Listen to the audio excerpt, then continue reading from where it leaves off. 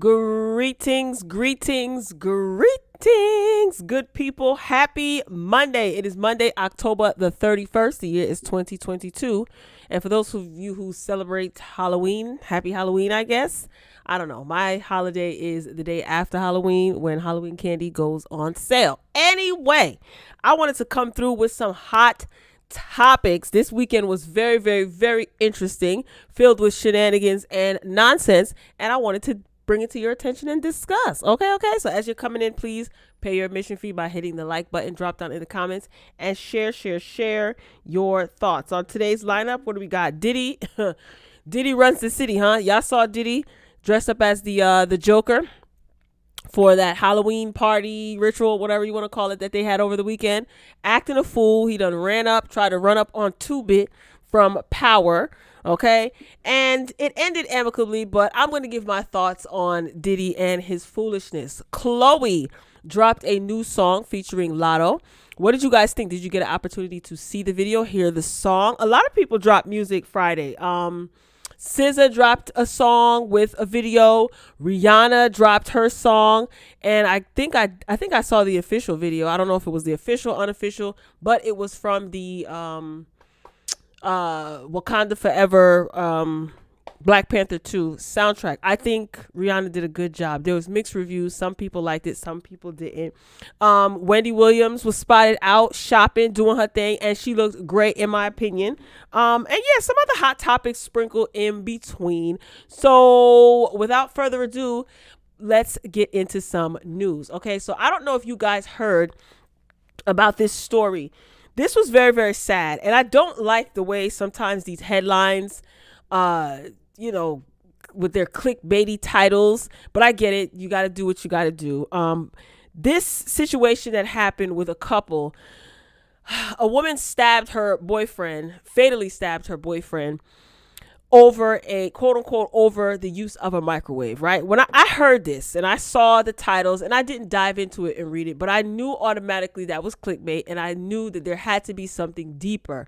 A lot of people didn't take the opportunity to read any articles and formulated their opinions on social media blogs, right? So I'm going to read the article so you don't have to. All right. Now, this is according to the Chicago Sun-Times. All right.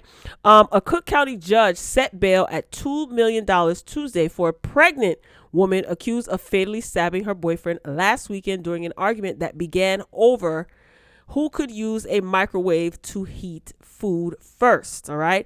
Keisha Golden, 33,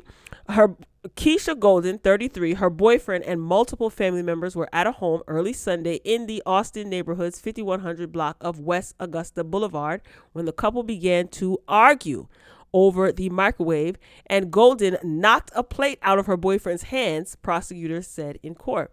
Golden's boyfriend, 33, grabbed her and pushed her down against a counter, leading his uncle to step between the couple and separate them. This is what prosecutors said.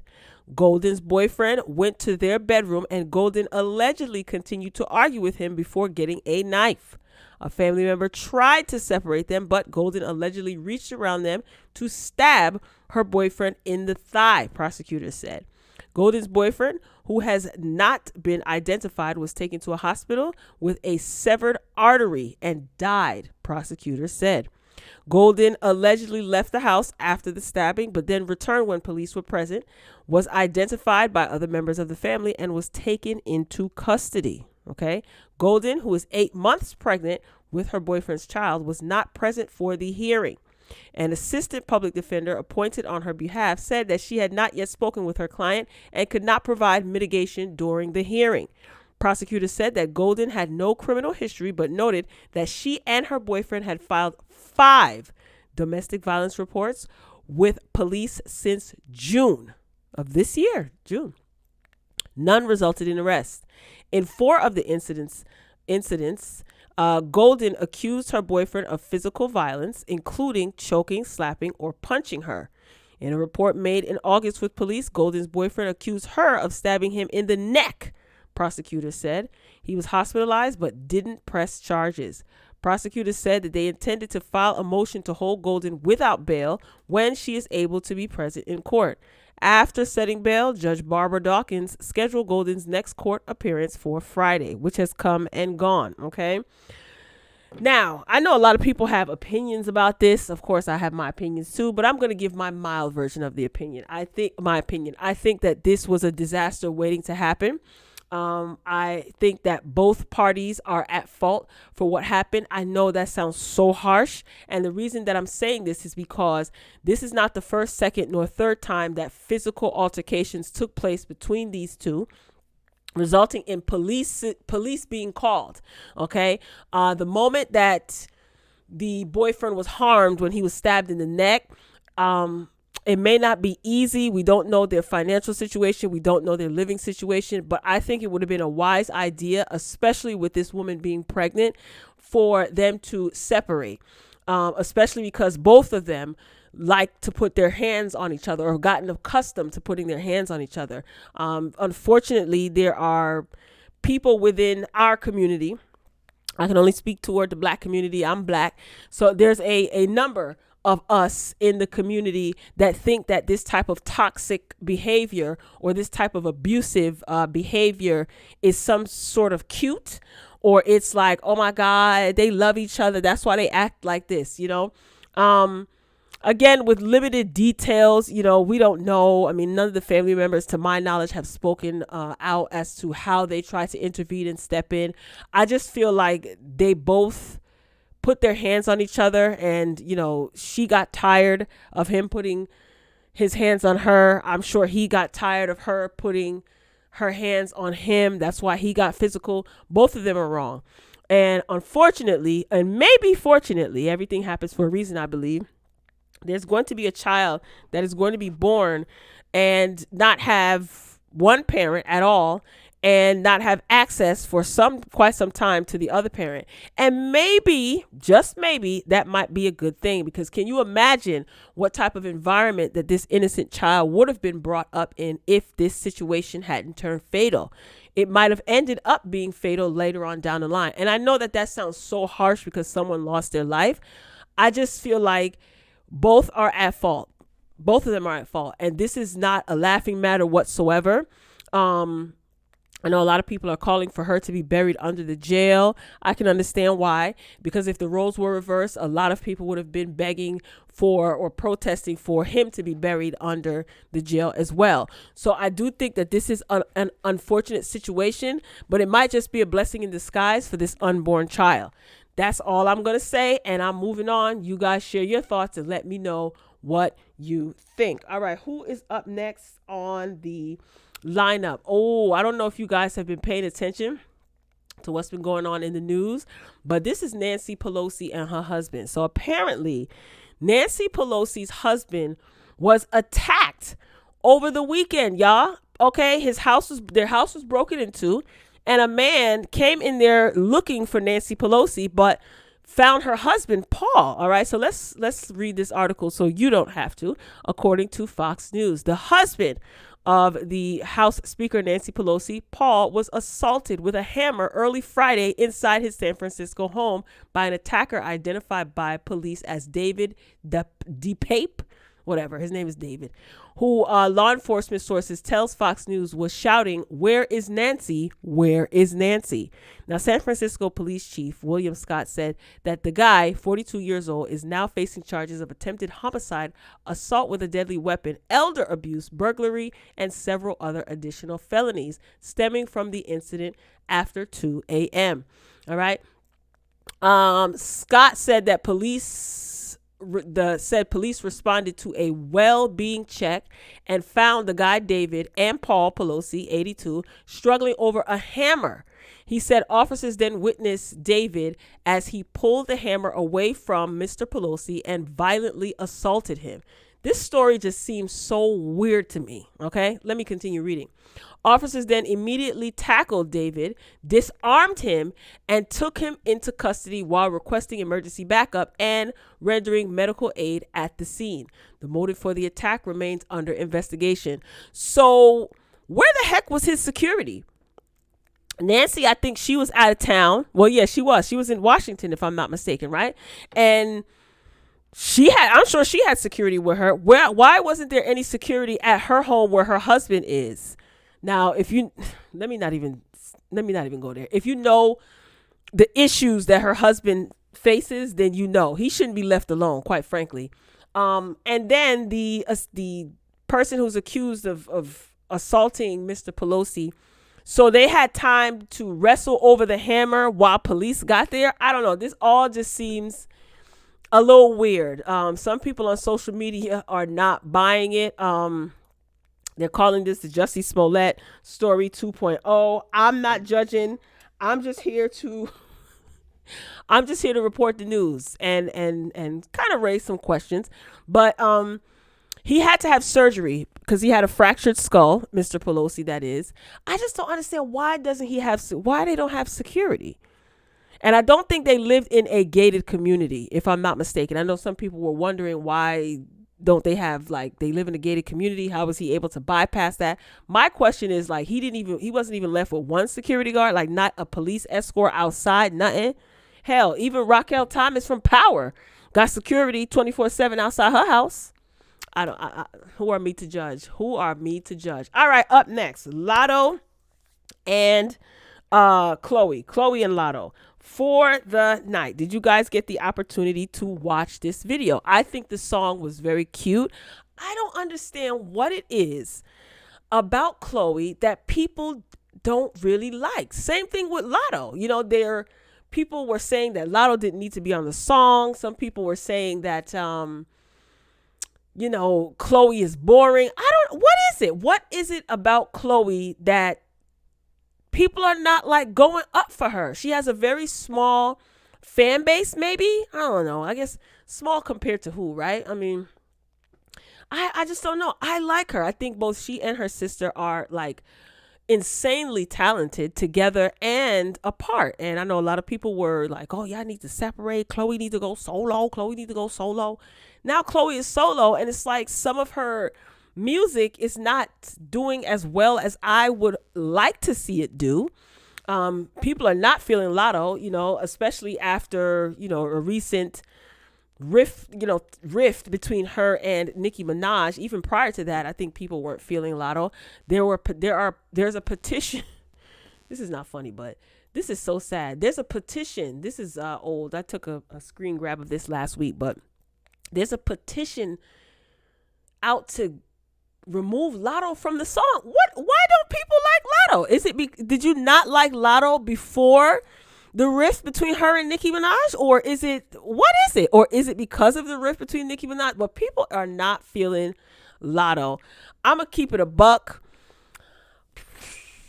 I wasn't really feeling Lotto since the rap game. Okay. And I mean, as far as her success and her grind and her growth, I applaud that. Does she make good songs? Yes.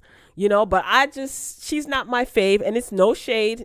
She may be a nice person. She may be a great, kind-hearted person, but I just really wasn't feeling her energy since the rap game. And I know that was many, many years ago, but it is what it is. But back to Chloe. Why are we not supporting Chloe? I don't understand. Same thing with Normani. I don't know. I don't get it. I absolutely don't get it. Like, why is it that they're like stuck? They can't really pass a certain threshold. Well, I do like the video. I think the video was cute. I like her little choreo that she gave us in the video. I don't want to say Lotto's part was not needed. I mean, it's a part of the song. It's a part of the song. I don't think it'll make or break the song. And her verse was pretty short. It's being rumored that Chloe is singing about Gunna. Listen, there's somebody for everybody, I guess. I just don't understand that relationship. But hey, she's an adult. She is a grown woman, and she can like and love and be with whoever she chooses. Now, did you guys hear that Chloe, she opened up about her relationship with her parents, how it's strained because of her choice to be so sexually expressive. I think that's totally unfortunate. Those are your parents, hopefully they will men things, I guess. I don't know. I don't like to hear people falling out with their parents, but it could all just be a total misunderstanding.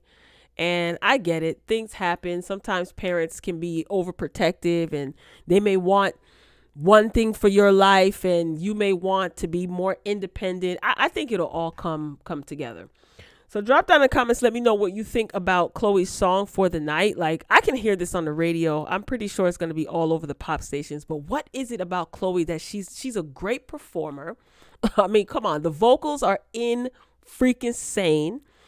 You know what I mean? I don't know. She can dance. She can sing. What is it? What is it? Why is she not like blowing up the charts? She has yet to put out an album. And I think that I don't think it's a good idea for her to put out an album yet, because based on her singles, how they're doing, they're not doing as great as I'm pretty sure the record labels want them to do. She said her album is done, but I guess she has to kind of wait until maybe Beyonce's done touring. You never know. I don't know. All right, moving along. All right, this maniac was let loose out on the streets, child. Diddy, his costume was great. He embodied, Heath Ledger's version of the Joker. And he was doing, in my opinion, he was doing too much. So let's take a look at this video. I'm pretty sure you guys have seen this so many times circulating on social media. What's going on with my volume? Hold on, y'all. All right. Like to hear it? Here you go. Yeah. You yeah, him. Just because I said that. Yeah. Don't touch me. You're a clown. What's up, baby? What's up, baby? What's up? You don't like me? Then motherfucker get to it. If you don't like me, you motherfucking front get to it. I had to find one that didn't have the cursing in it, even though I wish I could play the one that had the cursing in it. First of all, Diddy went from Joker to Joquan real quick. That Harlem came out real quick. All right, let's continue watching. Don't fucking play with me on Halloween. I'm out here with love. You want to have love? It's what up, nigga. What's up? You come over here and I'll bust your shit. Nah, hey, keep it fucking. Make sure you don't never talk to me like that. I'm love, man. Keep it macking, man. Don't even let him get you out there, man. Keep it macking. What's up? You about that? Man, you got a problem? Macking, man. You really taking over my energy right hurt you. So what did I do to you? For this crowd. Don't do it for this crowd. Don't do it for this crowd. Do you know who I am? Bro, for what? Bro, you know who I am? It's all love. It's all love, bro. It's all love, bro. Yo, bro. It's all love. It's Puff. Come here, give me a hug, though. You lucky, though. I'm really about that. But I love you, and we're together. We're stronger together. You lucky. Come to the after party and change your vibration. Yeah, change your vibration. Change your vibration. When you see your brother, you lucky. Yo, Diddy is, I don't know what the hell he was on. He was on some weird-ish. Why wouldn't you ask him if he knew who you was beforehand? You walking around here acting like this is Gotham City, walking around here looking like Joker. How the hell he supposed to know who you are? I want the footages of what happened prior to the beginning of this. This doesn't make any sense. Why were you all on his neck like that? And then the guy in the black hat all the way to the left of the screen, who was standing next to 2-Bit, is that Diddy security? Why you got them surrounding him like that? He's smart though. He ain't scared. 2-Bit ain't scared. And if you're wondering why I'm calling him 2-Bit, is because that is his character's name on the original Power, the first Power series, OG Power series. 2-Bit, okay? What's his real name? Michael something. But we call him 2-Bit. You know how black people do, child. You are your character. Like, for instance, Tracy Ellis Ross will forever be Joan Carol Clayton. Okay. Anyway, I don't understand, why does he have his security all in his face? I don't know. I don't get it. This is weird. Diddy, you causing commotion. You look like you was damn near flirting with him. Like, what type of foolishness are you on? Now, granted, I think Diddy definitely won as far as Halloween and being in character. Yeah, he won that. He did a real good job acting. There were some other scenes kind of about that life when he has his crowd with him.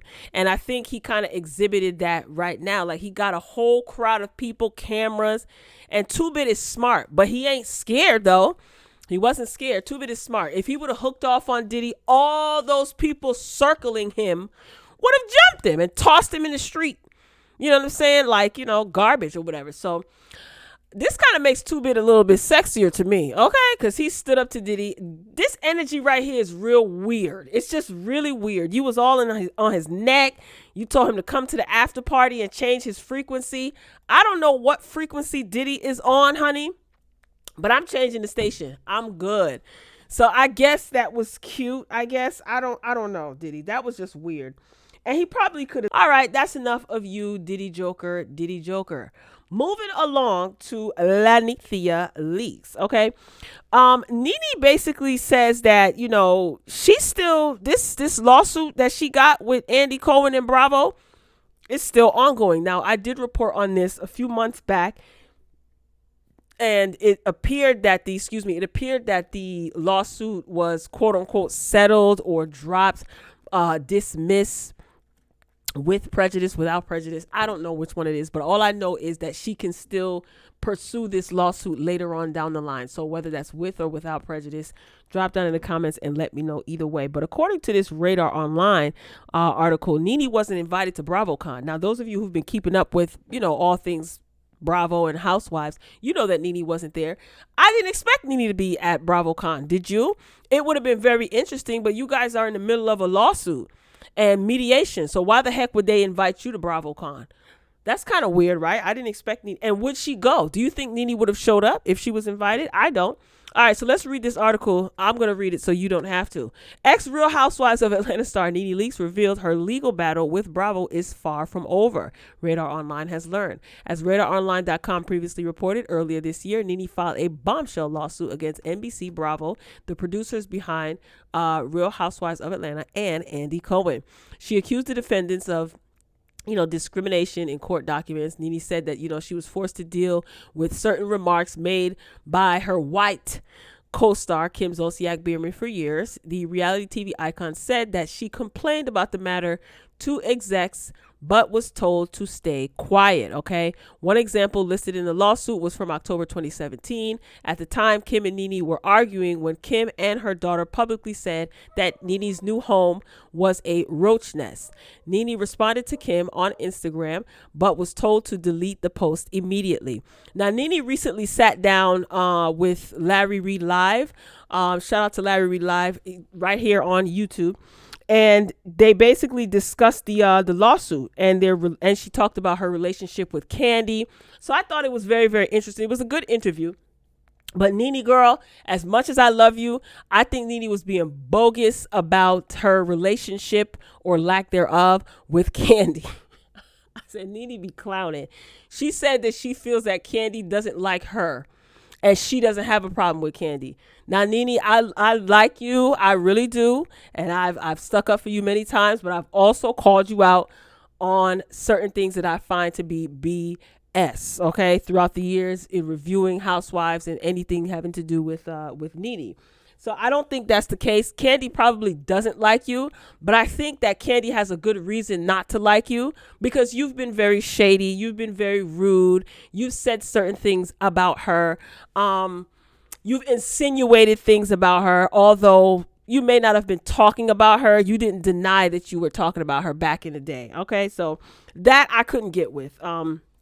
So if Kandi doesn't like you, she has every right not to like you. If you don't like her, you have every right not to like her. But don't make it seem like, you were just extending this olive branch. You were totally friendly to Kandi and she snubbed you. That's not the case, okay? What else did she say in this article? But as far as BravoCon, she says that she's not surprised that she wasn't invited to BravoCon. She said they did not invite me. They have not talked to me at all. I have made many attempts to try, but it's cricket. Okay. Larry Reid, the interviewer, then questioned Nene about her legal battle with Bravo. She said, we still have, legal things. So a lot of people think that the lawsuit is dropped, but it's not. But Nene, here's what I want to know. You are reaching out to them for what? You're suing them. What are you reaching out to them for to invite you to BravoCon? Now, if Nene would have went to BravoCon, baby, that everybody would have been, okay, a lot of people would have been for that. She would have set BravoCon on fire. But I just don't see why she would think that they would even invite her to BravoCon, even if she reached out to them and asked them. That's a little weird. I don't know. So, I mean, this article goes on to just talk about things that she's talked about before. She just basically said that, no one wanted to listen to her regarding the discrimination that took place on Bravo. She says that Kandi, she feels that Kandi is jealous of the fact that, she's an OG, but Candy's considered an OG too. Kandi came in third season? Second or third season? I don't think, was it the second season? And has been on ever since. So, I mean, Candy's considered an OG. I mean, if Kandi came in the second season, Nene, you only got one season up on her if that's the case. And Kandi never left. So correct me if I'm wrong, y'all. Did Kandi come in the third season, second season, or what season did she come in? So, I mean, Kandi could be considered an OG at this point, right? But we know Nene is like the blueprint. Nene is Housewives of Atlanta. She's one of the top tier housewives of the entire franchise. We know that, right? And we love Nene for it. So I thought that was very interesting. She takes every opportunity to shade Kandi, and I'm pretty sure Candy's probably just gonna laugh at it at this point, like she normally does. She just laughs at Nene. It's you don't like her, Nene. Just admit it, child. She did talk about Cynthia as well during the interview with Larry Reid Live. She said that they don't really have a relationship. She said a lot of the women reached out to her when her son got sick. He had a heart attack as well as a stroke. And they texted her, reached out to her. And Nene said that, she texted Cynthia and reached out to her when she found out that Cynthia and Mike were divorcing. She said, but as far as like going out for drinks and things like that, she said, I think that ship has sailed, and it's okay. That's perfectly okay. But I love the fact that they reach out to one another, in trying times, and just show their support and show their respect. So I'm with it. All right, moving along. Enough of Nene. Last but certainly not least, my auntie, Wendy the Williams. All right. So the Daily Mail caught Wendy Williams out and about going to what appears to be Costco's. So the Daily Mail says, exclusive, boots with the fur. Wendy Williams is spotted out on a trip to NYC Costco 2 months after booking herself into rehab to focus on health and wellness. Okay.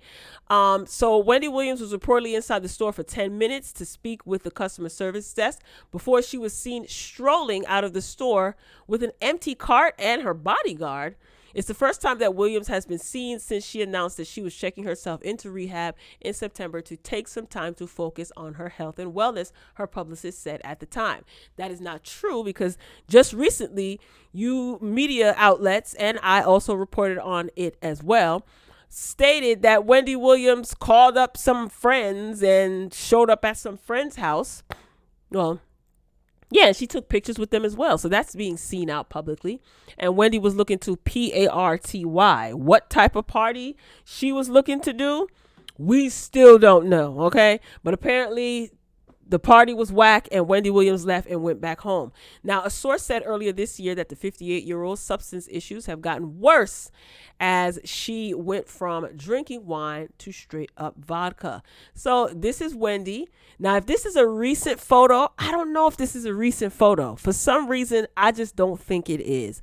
But if this is a recent photo, then Auntie Wendy looks a lot better than she has in recent months. Okay. Y'all, she love her Daisy Duke shorts. She got on her flesh tone fishnet stockings, all right, to hide those wrinkles and dimples. And she love a pair of boots with the fur, okay? Her wig is looking good. She got her little purse and her bag. Again, if this is a recent photo, then I would be surprised. Okay, so there she is. She went inside the Costco and came back outside the Costco with nothing in her cart. Okay. Listen, Who are me to judge? Who are me to judge? So who knows? Maybe she's doing this to show people that she is all right, and that she's ready to come back. I don't know, man. I don't know. Word on the street is that she left rehab earlier than she was supposed to. She checked herself out of rehab. I don't know. Good to see that she has a bodyguard, though, to be honest with you. I'm glad about that, because her seeing Wendy, out and about wandering around by herself, it's just scary. Yes, she's a grown woman. She can go where she wants. She can do what she wants. But I'm glad that she's out with a bodyguard to keep certain people at bay. Okay. This article goes on to say it's not clear where the TV personality was seeking help, as she has previously been in treatments at locations in New York and Florida. They said that it's being reported that she was in California, but I don't know. There's no proof of that. Williams is being treated by a team of some of the best doctors in the world, her publicist Sean Zanotti told The Sun at the time, adding that Williams is preparing for a major comeback for the next level in her career with the Wendy Williams Experience podcast. When Williams has had difficulties in controlling her drinking to the detriment of her overall health, which was failing, sources told The Sun, adding she can't stop drinking and she needs to stop drinking. It's just making her health worse. Wendy Williams is depressed. And I hope with all of this substance treatment they claim that she's getting some sort of psychological help.